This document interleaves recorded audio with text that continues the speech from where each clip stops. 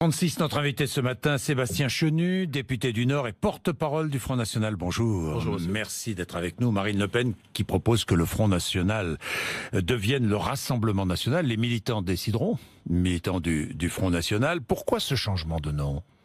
Ce changement de nom, c'est l'aboutissement de la réforme engagée par Marine Le Pen depuis non seulement 2011, lorsqu'elle est arrivée à la tête du Front National, qu'elle a été élue, mais également depuis qu'elle a décidé de convoquer ce congrès de la refondation, parce que nous sommes arrivés à un point important. Nous avons fait 35% des voix, près de 11 millions de voix, c'est-à-dire près d'un électeur... Au second tour de la présidentielle. Près d'un électeur sur 3 est allé voter pour Marine Le Pen, et que par conséquent, nous avons fait la moitié du chemin, je dirais, et l'autre moitié pour aller vers le pouvoir. Il s'agit bien de ça quand on fait de la politique, aller vers le pouvoir pour appliquer une autre politique. Eh bien, il faut se doter d'un outil qui puisse être adapté à cette nouvelle donne. Il vous a pas échappé que le monde politique a beaucoup bougé, et nous, on devait non pas être dans une culture du déni, comme le sont le Parti Socialiste ou les Républicains, qui considèrent qu'ils ont vécu un accident industriel avec cette élection présidentielle. Nous sommes allés loin, nous avons porté les espoirs de millions de Français, mais en revanche, il fallait revoir l'outil. Bon, mais rassemblement, c'est pas tout neuf quand même, hein, Jean-Marie. C'est un joli mot. Oui, mais enfin, c'est pas tout neuf. Hein. Moi, je me souviens de Jean-Louis Tixier-Vignancourt, par exemple, qui avait utilisé ce slogan. C'était Jean-Marie Le Pen, d'ailleurs, qui dirigeait sa campagne. Et plus loin, bon, pendant la guerre, il y avait eu ce Rassemblement National Populaire. Un mot, si vous me le permettez. Ouais. Quand on accole un autre adjectif à rassemblement, on lui fait dire, évidemment, différentes choses. Il y a le Rassemblement pour la République, vous parlez du Rassemblement, vous parlez de Tixier-Vignancourt, vous parlez des gaullistes avec le Rassemblement pour la République, ce sont deux choses. Si on s'était appelé le Rassemblement En Marche, on serait donc devenu macroniste. Non, en réalité, le rassemblement, c'est un beau mot qui dit exactement ce que nous souhaitons, c'est-à-dire rassembler des hommes de droite et de gauche, des hommes et des femmes de droite et de gauche, qui considèrent que la nation est primordiale. Mais vous rassemblez qui ? Ça, c'est la question des alliances. Vous voulez rassembler qui ? Mais écoutez, vous savez, vous l'avez vu, le jeu politique a beaucoup évolué. Aujourd'hui, vous avez d'un côté Macron, qui rassemble des hommes de droite et de gauche, des femmes de droite et de gauche, qui croient en l'Europe et en l'ultralibéralisme. Donc, il fait ce que vous voulez faire. Nous souhaitons être une sorte de miroir, en réalité, d'opposition d'abord, rassembler des Françaises et des Français qui croient en la nation, qui croient en son modèle social aussi, c'est important, en ses équilibres,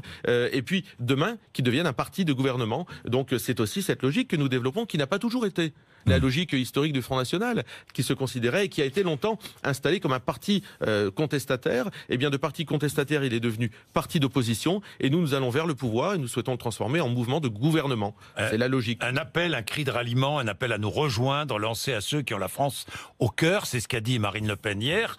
63% des sympathisants Les Républicains jugent proches les discours de Marine Le Pen et Laurent Wauquiez, et 68% des sympathisants du Front National.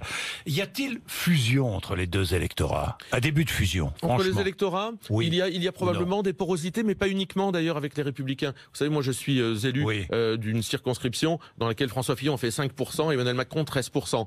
Je suis donc par définition élu par des gens qui probablement très longtemps ont voté à gauche. Donc ça peut pas être si simple que cela. Je crois surtout qu'il y a que nos idées irrigue maintenant énormément l'espace politique français, et que des électeurs qui ont pu voter à droite ou qui ont pu voter à gauche se reconnaissent en nous, et que des abstentionnistes, parce que l'enjeu, il est peut-être même avant les alliances, il est de faire revenir vers les urnes celles et ceux qui s'en sont éloignés. Ça, c'est un vrai enjeu. Vous avez du boulot, hein, parce que j'ai vu qu'à Toulouse, j'ai vu qu'en Haute-Garonne, il y a eu un premier tour d'une partielle. On a bien là, résisté. Vous faites quoi ? Enfin, on a bien résisté. 10%, quoi. Non, on fait 12 au lieu de 15,5 la dernière fois. Oui. Donc on résiste correctement. Oui, avec un nombre de votants très faible. Bien sûr, comme dans toutes les partielles. Mais vous savez, nos électeurs, nous, ils se mobilisent quand il y a un enjeu. Dans les deux élections qui nos ont eu lieu il y a quelques semaines. Nos électeurs ont une particularité. Bien souvent, ils sont, c'est vrai, issus de classes plus populaires, et ils se mobilisent quand l'enjeu de victoire est possible. Et c'est vrai que lorsque l'enjeu de victoire semble éloigné... Vous ne rassemblez pas beaucoup. Non, mais dans une partielle, quand l'enjeu de victoire n'est pas possible, on n'était pas allé au second tour dans ces cas-là. Donc les électeurs n'y sont pas allés. On rejoue souvent le même match. Bien, le même match. Donc, vous voulez rassembler, on est bien d'accord. Immigration, identité, insécurité, islamisme, voilà des thèmes que vous portez. Pas seulement. Pas seulement, mais que porte aussi Laurent Wauquiez, non ? C'est un peu nouveau, mais c'est toujours bien. Écoutez, c'est toujours bien qu'on nous rejoigne sur les thèmes. Je vois les mêmes mots. Non, mais les mêmes mots. Non, mais le France problème ouverte à tous les vents migratoires, territoire perdu de la République, grand remplacement culturel, repentance, bien-pensance, étranger, élite déconnectée. Vous pouvez nous donner, mots, hein. Monsieur Bourdin, vous pouvez nous donner au moins une qualité, c'est celle de la cohérence et de l'antériorité.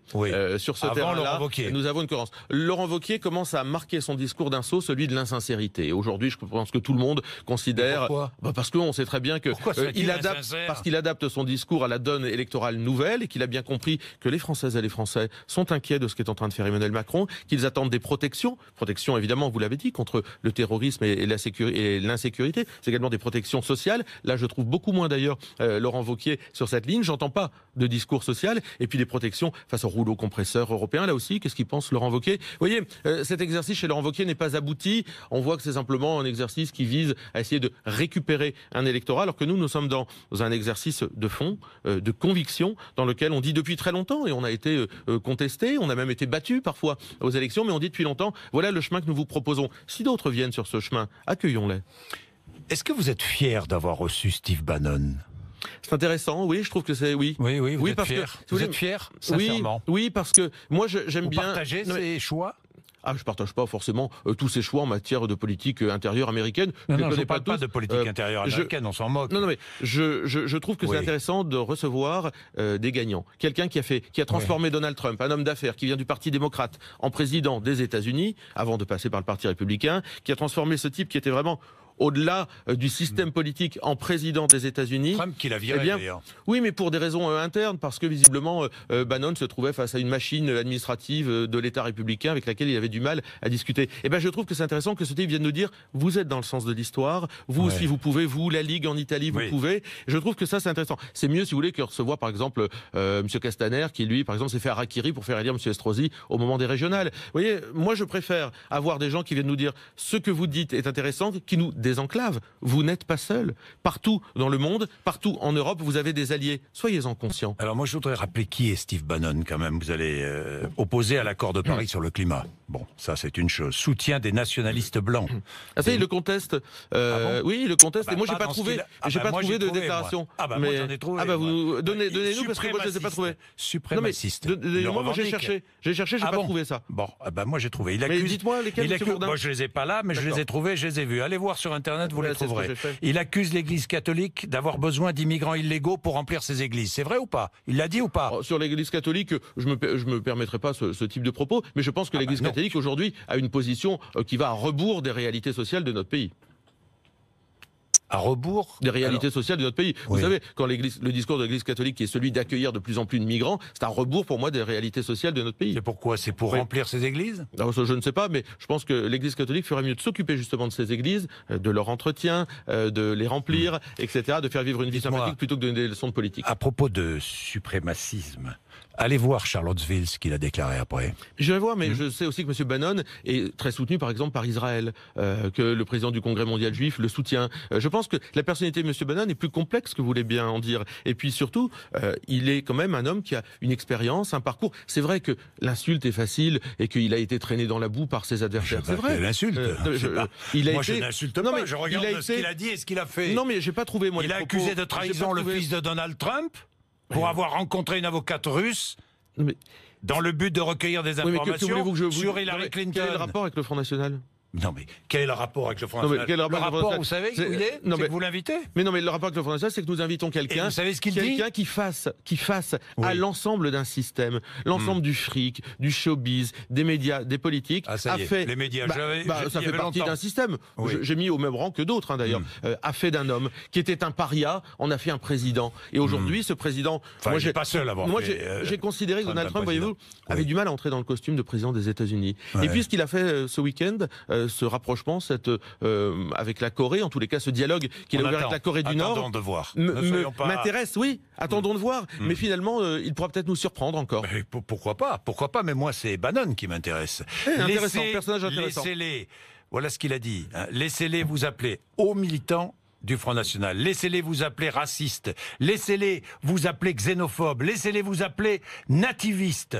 Portez-le comme un badge d'honneur. Vous le portez comme un badge d'honneur? Ce qu'il veut dire, c'est qu'il ne faut pas se laisser impressionner par les insultes. Non mais attendez. Non mais moi si vous voulez... Vous le portez ou pas? Si vous voulez, moi c'est une médaille de résistance que d'entendre des gens avoir des propos qui sont tellement excessifs, ridicules, etc. C'est une médaille de résistance que de porter, que de se faire insulter par ses adversaires, que de se faire insulter raciste, xénophobe ou nativiste. Qui peut dire que nous sommes des gens racistes, xénophobes ou nativistes? Je dis, eh bien, ce sont les propos de Bannon. Oui, eh bien je pense que quand il nous dit résistez à l'insulte, ne pliez pas. Et comme on n'est pas du genre à plier, vous savez, on en prend des coups depuis longtemps. Mais pourquoi la question à se poser, c'est pourquoi tous ces coups donnés au Front National, à Marine Le Pen? On a été enterrés, ruinés, divisés, ostracisés, etc. Là, pendant, si vous voulez, le nombre de fois où Marine Le Pen a été enterrée en 6 mois est quand même important. Pourquoi, à votre avis? Vous êtes nativiste? Non, je ne suis pas nativiste. Lui, il est. Écoutez, mais c'est son problème. Ben oui, c'est son problème. Mais il vous vient nous parler. Donc, vous invitez quelqu'un qui estime que la supériorité de la race blanche et la supériorité c'est vrai. Non mais monsieur, vous l'affirmez. Je n'ai pas trouvé cela, monsieur. Mais on va pas. La supériorité des citoyens du Sige de souche sur les immigrants. Écoutez, vous savez bien que c'est vrai. Non, je ne sais pas que c'est vrai parce que je n'ai pas trouvé ces déclarations. C'est pour faire un coup politique. Mais ce que je veux, c'est intéressant. Mais c'est pas inintéressant d'entendre Steve Bannon. Je crois même que vous auriez peut-être aimé la voir en plateau. Ah oui, vous savez, j'aurais aimé la voir. Vous savez pourquoi? La seule différence, c'est que moi, j'aurais pas approuvé ses propos. Vous croyez que je viens de vous dire que je n'approuvais pas ses propos? C'est que moi, j'aurais posé des questions. J'approuve pas ses propos. Justement pour savoir exactement j'ai pas besoin de discuter avec quelqu'un. Je n'ai pas besoin de discuter avec quelqu'un pour approuver l'ensemble de ses propos. Sinon, on ne discute plus avec personne. Vous l'invitez sans contestation. C'est très intéressant de l'inviter. Sans contestation. Moi, je lui aurais posé des questions sur ce qu'il a dit précisément. Vous voyez la différence. David Rodriguez, inspiré par Steve Bannon ou pas? Non, pas vraiment, il vient du Front de gauche, David Rodriguez. Vous savez, enfin, je ne sais pas si vos auditeurs savent qui il est. David Rodriguez, c'est un militant du Front National, qui est par ailleurs mon assistant parlementaire, qui vient du Front de gauche, qui s'est retrouvé effectivement dans une bagarre non pas une bagarre, il n'y a pas eu de coup, dans une engueulade de sortie de boîte de nuit vendredi à Lille. Il était un peu ivre. Et aujourd'hui, sur les réseaux sociaux, on dit qu'il aurait proféré effectivement un certain nombre de propos extrêmement déplacés. Vous savez, moi je suis, selon comme l'aime d'ailleurs Marine Le Pen, intraitable sur ces sujets-là. Intraitable. Mon parcours, vous me connaissez, ma vie témoigne du fait que je ne peux pas accepter de tels propos. Que va-t-il lui arriver ? Il les conteste. Il a été donc immédiatement suspendu pour organiser sa défense, entre guillemets. Une enquête interne va être menée. Nous avons des procédures démocratiques. Et je dois dire que ce qui est important, c'est peut-être de juger un parti politique à la mesure de ce qu'il fait quand ce genre de propos est tenu. Nous, immédiatement, les choses s'enclenchent dans la grande transparence avec un processus qui aboutit, s'il avait tenu ce type de propos, évidemment, non seulement aujourd'hui à sa suspension, et peut-être demain, effectivement, à son exclusion. J'aurais aimé que quand Mme Obono, M. Filoche, M. Vialat chez les Républicains tiennent ces propos, eh bien, les états-majors des partis politiques les sanctionnent. M. Bourdoulex, à l'UDI, les sanctionne. J'ai pas vu ça. Chez nous, on est très exigeants. J'ai pas vu ça En Marche, quand le député En Marche, qui est toujours député, a fracassé la tête de son adversaire politique au point de l'envoyer dans le coma. Pendant des semaines, En Marche a hésité à le virer. Nous, dès hier, c'est tombé, il est suspendu. Le processus, on va faire la lumière, il faut qu'il y ait la lumière faite sur ça. S'il a prononcé ce genre de choses, il n'y a aucune ambiguïté. Moi, je ne peux pas accepter, vous imaginez bien, quoi que ce soit, aucune ambiguïté sur ce type de sujet. On est très ferme. Oui. Sur la vidéo, vous l'avez vu la vidéo ? Oui, je l'ai vu la vidéo. Oui. Filmée vendredi soir devant la plage d'un bar de Lille. On l'aperçoit très remonté, à l'élocution un peu hasardeuse, donc à mon avis il avait un peu bu, entouré d'amis cherchant à le calmer. Tu crois qu'il aimerait te voir comme ça, lance l'un d'eux, vous évoquant? Et il a répondu, j'en ai rien à branler de Sébastien Chenu. Qu'il se méfie que l'inverse ne soit pas vrai. Très vite. Tu crois que Marine aimerait te voir comme ça, lance l'un de ses camarades? Stop, t'es assistant parlementaire, lui lance un autre camarade, évidemment. Et bien sûr, il y a des gens qui ramènent ça jette une ombre sur votre... Non, pas du tout. Je pense que ce qui jetterait une ombre, ce serait qu'on ne réagisse pas. Là, ça pourrait jeter une ambiguïté, une ombre. Il risque d'être viré. Écoutez, il faut dans la vie assumer est-ce qu'on est, est-ce qu'on dit, quel que soit son état. Bon, réforme constitutionnelle. Est-ce que vous voterez cette réforme? C'est intéressant. Si c'est pour avoir des miettes, et si c'est pour voir, par exemple, le droit d'amendement des députés reculés, des miettes, je parle de la proportionnelle, pardon, ce sera difficile de la voter. Moi, je demande au président Macron d'être un peu audacieux, d'arrêter de nous parler de Big Bang du soir au matin, pour ensuite accoucher de textes ridicules. Ça fait des années que vous demandez une diminution du nombre des députés. Oui, mais sur ça, on est d'accord. Vous êtes d'accord? Sur ça, on est d'accord. Un tiers. Ça vous va, un tiers? On peut discuter, mais sur ça, on est d'accord. 3 mandats consécutifs et pas plus. Alors là, on peut déjà discuter. Là, on peut déjà discuter parce que moi, je crois que c'est aux électeurs de décider s'ils veulent élire leurs députés 3, 4, 5, 10 fois. Ça, c'est quand même une prérogative, je trouve, dans la démocratie qu'on doit peut-être laisser aux électeurs. Vous voyez, déjà, je considère qu'il y a une volonté de limiter... Une part de proportionnelle législative. Là, vous nous, on veut la proportionnelle intégrale. Une part, c'est quoi? J'ai entendu que ça pouvait aller de 10% de 300 députés à 25%. Donc, c'est pour ça, on va voir ce texte. Nous, on ne le jette pas aux orties immédiatement, mais je veux dire, on va pas se contenter de le voter. On pourrait le voter. On a voté le texte sur la loi sur la transparence de la vie politique, enfin les nouvelles exigences de la vie politique. Bon, ça a couché au fait simplement de ne pas pouvoir embaucher son frangin ou sa mère comme assistant parlementaire. Hein. Mais on nous présente toujours ça comme des big bang incroyables et à la fin on accouche d'une souris. Mais le droit d'amendement, juste une seconde si vous me le permettez. Moi je suis heurté par ça. Le gouvernement cherche à faire reculer... On va pas supprimer le droit d'amendement. Non, le faire reculer, j'ai dit, de l'opposition.